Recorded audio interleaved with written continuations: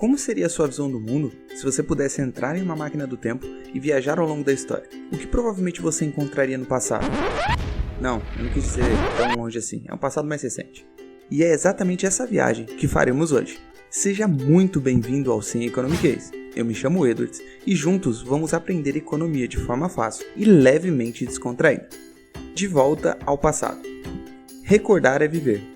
Então, eu lhes apresento uma máquina do tempo. Com ela, nós viajaremos para pontos específicos da história, para entender o que o passado era e, através disso, perceber como você é privilegiado de viver no século XXI. Seja bem-vindo a bordo. Acomode-se no seu assento, aperte o cinto e se prepare. A partir de agora, eu serei seu condutor ao lugar mais selvagem do mundo, o seu passado. Se segure, vou apertar o botão.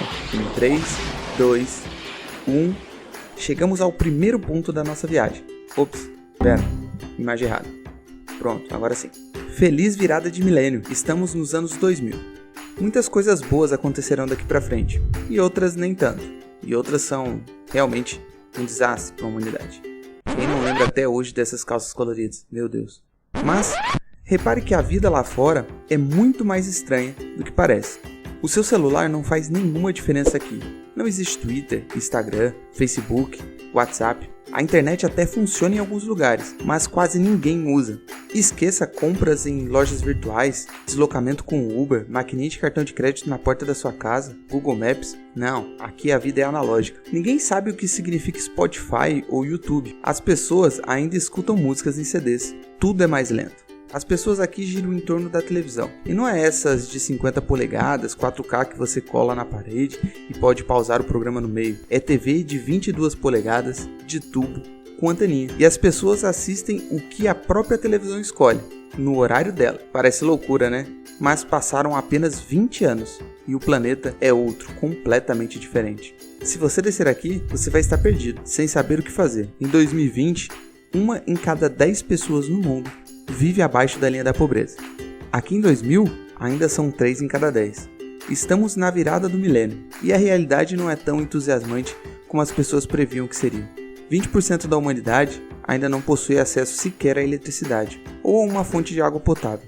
A boa notícia é que quase todas as áreas da vida dessas pessoas serão transformadas radicalmente nas próximas 2 décadas. Tudo será mais ágil, mais rápido, mais conectado. Será mais fácil estudar, se candidatar a uma vaga de emprego, montar uma empresa, ler um jornal, ouvir música, programar uma viagem, comprar um sofá, pedir comida, encontrar o amor da sua vida, e tudo isso em apenas 20 anos. Quase nada. Certo, acomode-se agora na sua poltrona que vamos continuar a nossa viagem. Está pronto? Então, lá vai. Chegamos. Reconhece onde estamos? A pergunta certa não é onde, mas quando. E aqui é 1950. Voltamos apenas 50 anos desde a última parada, e se você abrir bem os olhos, perceberá que as coisas são ainda mais diferentes por aqui. Sabe todo aquele glamour? Esquece, essa é a exceção. Aqui o planeta é muito mais pobre que a nossa imaginação diz. A cada 3 pessoas lá fora, 2 vivem na extrema pobreza. 44% da humanidade não sabe ainda sequer ler e escrever. Em países como Iêmen e Arábia Saudita, a escravidão ainda é legalizada. A homossexualidade é crime, mesmo numa nação desenvolvida como a Inglaterra. Quase 1 em cada 3 crianças no mundo ainda trabalham. Em boa parte dos Estados Unidos, brancos e negros não podem se casar. Convenhamos, parece outro planeta.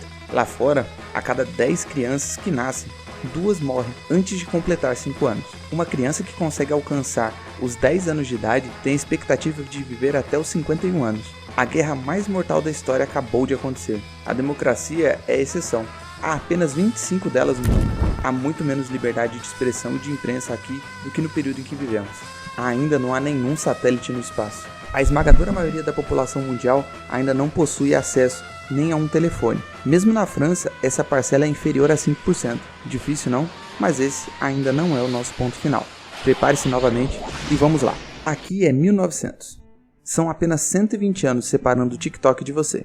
Este planeta aqui é muito menos habitado. Há quase 5 vezes menos seres humanos do que em 2020. E apenas 15% dessas pessoas moram em cidades. Um bebê nascido aqui tem a expectativa de viver até os 32 anos. 43 anos a menos que um bebê nascido em 2020. Parte importante disso, porque aqui 1/3 das crianças não sobrevive aos primeiros 5 anos de idade. Nascer, viver, trabalhar, tudo aqui é mais difícil. As mulheres medem em média 1,51 metros de altura. 8 em cada 10 pessoas do mundo vivem abaixo da linha da pobreza. A humanidade ainda não conhece um antibiótico. Mesmo em um país mais desenvolvido como a França, as pessoas trabalham 66 horas por semana, e trabalho é realidade da metade das crianças italianas. 80% da humanidade ainda não sabe ler, nem escrever. Nós estamos na virada do século XX e a China ainda é governada pela dinastia Qing. Ainda existe o Império Otomano e os czares ainda controlam a Rússia. Em pouco tempo, tudo isso vai acabar. Os próximos anos serão terríveis. Em 14 anos, a humanidade entrará em guerra. Em 15, um genocídio marcará a história da Armênia. Em 17 anos, uma revolução dará início à construção de uma cortina de ferro na Europa. Em 18, uma das pandemias mais mortais da história adoecerá 500 milhões de seres humanos. Em 20 anos, será fundado um novo partido na Alemanha, Partido Nacional Socialista dos Trabalhadores Alemães. Em 21, será a vez da Itália ver a fundação do Partido Nacional Fascista. Parece complicado? Nada é tão ruim que não possa piorar, e é por isso que iremos para o nosso destino final, o ano de 1820. O lançamento do PlayStation 5 está a 200 anos de distância das pessoas. A raça humana surgiu há 300 mil anos. 2 séculos representam míseros 0,06% do tempo em que habitamos o planeta. Basicamente nada. Mas, o que temos aqui? Um mundo irreconhecível. Há 1 milhão de pessoas espalhadas pela Terra. 9 em cada 10 na extrema pobreza. Lá em 2020, 8 bilhões de seres humanos povoarão o planeta. Mas, apenas 1 em cada 10 viverá nessa situação. Lá fora não há eletricidade, a humanidade ainda não faz ideia do que significa banho quente, ar-condicionado ou geladeira. Não existe saneamento básico, nem água encanada. 9 em cada 10 seres humanos são analfabetos. Ler é um milagre. A expectativa de vida de um bebê nascido aqui é de 29 anos. 4 em cada 10 crianças morrem antes de completar 5 anos. Uma criança como essa daqui, por exemplo, tem a sorte de alcançar os 10 anos. Seu destino é quase que certo. Uma vida curta, miserável e dolorosa, convivendo com dores de dente, piolho, crises constantes de diarreia e fome, além de tiques nervosos e medo de assombração. Há uma grande chance de que ela jamais assista a uma peça de teatro ou ouça um som de um piano na vida.